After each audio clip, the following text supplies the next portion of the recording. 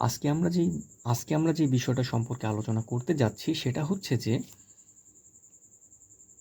কোনো ধাতুর বিক্রিয়কে এবং উৎপাদে জারণ সংখ্যার কেমন পরিবর্তন ঘটে।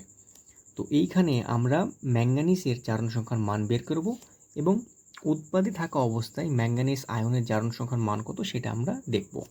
তো এইখানে আমরা দেখতে পাচ্ছি পটাশিয়াম পারম্যাঙ্গানেটের ক্ষেত্রে আমরা জানি পটাশিয়ামের জারণ সংখ্যার মান +1, ম্যাঙ্গানিজ যেহেতু বের করব সেটা আমরা x ধরে নেব, প্লাস অক্সিজেনের জারণ সংখ্যার মান -2 × 4 = 0, বা +1 + x - 8 = 0, বা x = +7।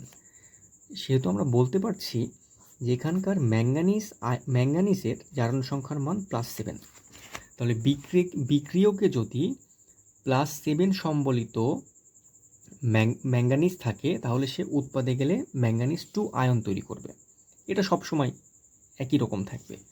এখন আমরা যদি পটাশিয়াম ডাইক্রোমেটের কথা চিন্তা করি, পটাশিয়াম ডাইক্রোমেটে আমরা দেখতে পাচ্ছি দুইটা অংশ, একটা পটাশিয়াম অংশ এবং দ্বিতীয় যে অংশটা আছে সেটা হচ্ছে ক্রোমেট অংশ।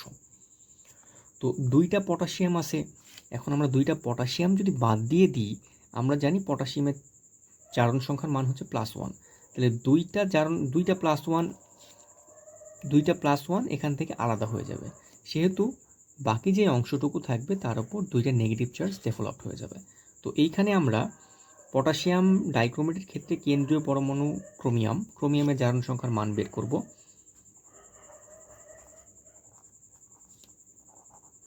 যেহেতু দুইটা ক্রোমিয়াম বিদ্যমান আছে, অক্সিজেনের জারণ সংখ্যার মান -2 = 0, বা 2 + 2x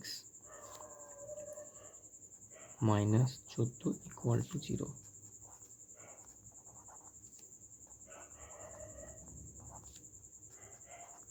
বা x = +7।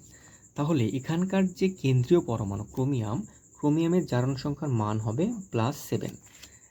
এখন আমরা পটাশিয়াম ডাইক্রোমেটের ক্ষেত্রেও ক্রোমিয়ামের জারণ সংখ্যার মান প্লাস পাবো এবং ডাইক্রোমেট আয়নের ক্ষেত্রেও জারণ সংখ্যার মান +7 পাবো।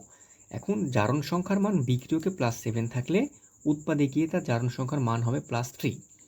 তাহলে প্রথমে আমরা দেখলাম যে ক্রোমিয়ামের ইলেকট্রনের ঘাটতি আছে 7টা, এখানে এসে দেখলাম যে ঘাটতি আছে 3টা, তার মানে পটাশিয়াম ডাইক্রোমেট 4টা ইলেকট্রন গ্রহণ করতে পারবে। যেহেতু এখানে ক্রোমিয়াম আছে 2টা, সেহেতু এখানে 2টা ক্রোমিয়াম 3+ আয়ন তৈরি হবে।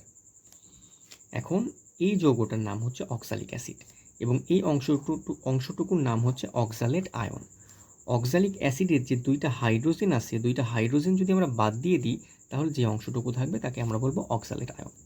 এখানে কেন্দ্রীয় পরমাণু কার্বনের জারণ সংখ্যার মান আমরা বের করব। তাহলে যারটা বের করব সেটাকে আমরা x ধরে নিই, প্লাস যেহেতু হাইড্রোজেনের জারণ সংখ্যার মান +1, 4 = 0।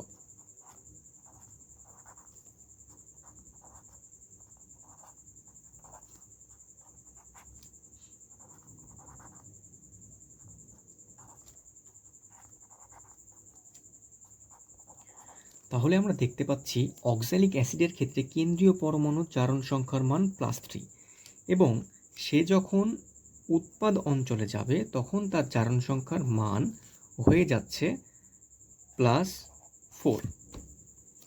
অক্সালিক অ্যাসিড উৎপাদ অঞ্চলে গেলে সবসময় কার্বন ডাই অক্সাইড উৎপাদন করবে। এখন এইখানে আমরা দেখতে পাচ্ছি ফেরাস সালফেট। তো ফেরাস সালফেট অথবা এটা Fe2+ আয়ন আকারেও থাকতে পারে। Fe2+ সবসময় ফেরিক আয়নে রূপান্তর হবে। তাহলে ফেরাস আয়ন একটা ইলেকট্রন ত্যাগ করার মাধ্যমে ফেরাস আয়ন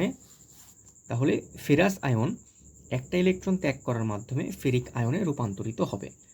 ফেরাস আয়ন যদি একটা ইলেকট্রন ত্যাগ করে তাহলে সে ফেরিক আয়নে রূপান্তরিত হবে। এখন চতুর্থ যে বিষয়টা সেটা হচ্ছে স্ট্যানাস ক্লোরাইড। এখন স্ট্যানাস ক্লোরাইড আকারেও থাকতে পারে, আর আমরা জারণ বিজারণ বিক্রিয়ার সময় দর্শক আয়ন বাদ দিয়ে দিই, হ্যালোজেন দর্শক আয়ন রূপে কাজ করবে এই জায়গাতে। তো আমরা যদি 2টা ক্লোরিন বাদ দিয়ে দিই তাহলে স্ট্যানাস আয়ন বিদ্যমান থাকবে। স্ট্যানাস আয়ন যদি দুইটা ইলেকট্রন ত্যাগ করে তাহলে স্ট্যানিক আয়ন তৈরি করবে। তাহলে এখানে স্ট্যানাস আয়নের ইলেকট্রনের ঘাটতি ছিল দুইটা। এ যদি আরও দুইটা ইলেকট্রন ত্যাগ করে তাহলে মোট ঘাটতির পরিমাণ হবে 4টা। তাহলে স্ট্যানাস আয়ন জারক হিসেবে কাজ করছে। এখানে যতগুলো উদাহরণ, যতগুলো আমরা জারণ সংখ্যা বের করেছি, কেন্দ্রীয় পরমাণু সবগুলোই জারক হিসেবে কাজ করছে, বিজারক হিসেবে কাজ করছে, কারণ এরা প্রত্যেকেই ইলেকট্রন ত্যাগ করেছে। এখন বিক্রিয়ক অঞ্চলে যদি আয়োডাইড থাকে তাহলে উৎপাদ অঞ্চলে গিয়ে এসে আয়োডিন তৈরি করবে। তাহলে আয়োডাইড কাকে বলে?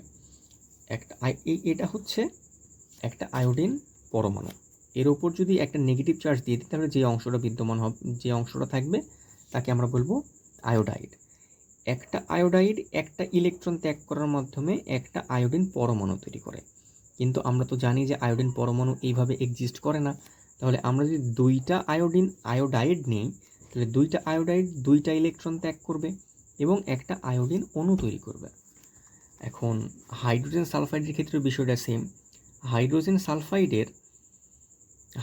সালফাইডের ক্ষেত্রে আমরা দেখতে পাচ্ছি যে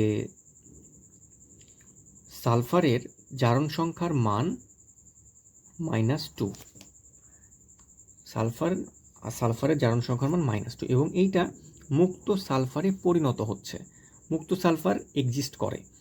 তাহলে এর কাছে ইলেকট্রনের আধিক্য ছিল দুইটা, স্বাভাবিকের থেকে দুইটা ইলেকট্রন বেশি ছিল, এবং পরবর্তীতে সে যখন মুক্ত সালফার পরমাণুতে রূপান্তর হলো তখন সে দুইটা ইলেকট্রন ত্যাগ করে।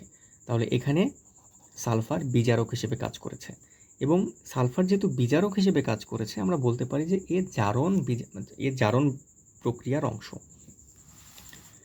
এখন নিচের যে অংশটা দেওয়া আছে সেটা হচ্ছে যে সোডিয়াম থায়োসালফেট। দুইটা সোডিয়াম যদি আমরা বাদ দিয়ে দিই তাহলে যেই থায়োসালফেট অংশটুকু আছে তার উপর দুইটা নেগেটিভ চার্জ ডেভেলপড হয়ে যাবে।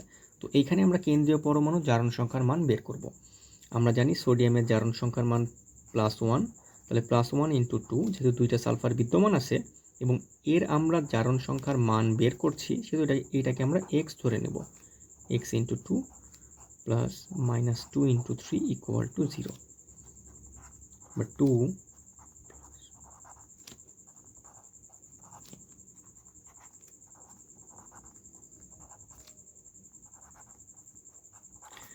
তাহলে সোডিয়াম থায়োসালফেটের ক্ষেত্রে কেন্দ্রীয় পরমাণু সালফারের জারণ সংখ্যার মান দাঁড়াচ্ছে +2।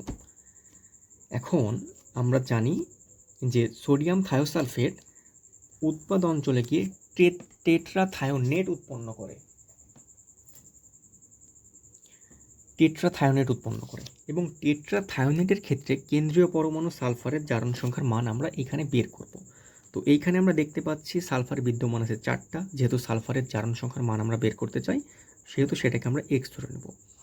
x × 4 প্লাস অক্সিজেনের জারণ সংখ্যার মান -2 × 6 = যেহেতু টেট্রাথায়োনেট আয়নের উপর দুইটা নেগেটিভ চার্জ বিদ্যমান আছে এই অংশ সমান সমান আমরা -2 ধরে নেব, বা 4x - 12 = -2, বা 4x বা x = 2.5। তাহলে সোডিয়াম থায়োসালফেটের ক্ষেত্রে সালফার বিদ্যমান আছে 2টা এবং এইটা যখন উৎপাদ অঞ্চলে আসছে তখন আমরা দেখতে পাচ্ছি যে সালফারের পরিমাণ হয়ে গেছে 4টা এবং সালফারের জারণ সংখ্যার মান +2.5। এখন আমরা যেহেতু এখানে 2টা সালফার দেওয়া আছে এবং প্রত্যেকটা সালফারেরই জারণ সংখ্যার মান +2 এবং এইখানে 4টা সালফার দেওয়া আছে, প্রত্যেকটা সালফারের জারণ সংখ্যার মান +2.5। তাহলে আমরা বলতে পারি একটা সালফার ইলেকট্রন ত্যাগ করে 0.5, তাহলে 2টা সালফার ইলেকট্রন ত্যাগ করবে 1টি। তাহলে যদি 4টা সালফার বিদ্যমান থাকে ইলেকট্রনের ত্যাগ হবে 2টা এবং এই 4টা সালফার উৎপাদ অঞ্চলে গিয়ে S4O6 2- তৈরি করছে। কিন্তু আমরা তো দেখতে পাচ্ছি যে বিক্রিয়ক অঞ্চলে সালফার বিদ্যমান আছে 2টা এইটার জন্য আমরা সোডিয়াম থায়োসালফেটকে 2 দ্বারা গুণ দিয়ে দেব। তাহলে এখন সালফারের পরিমাণ হয়ে গেল 4টা, একটা সালফার ইলেকট্রন ত্যাগ করে 0.5, তাহলে 4টা সালফার ইলেকট্রন ত্যাগ করবে 2টা, তাহলে 2টা ইলেকট্রন ত্যাগ করার মাধ্যমে সোডিয়াম থায়োসালফেট টেট্রাথায়োনেটে রূপান্তরিত হবে।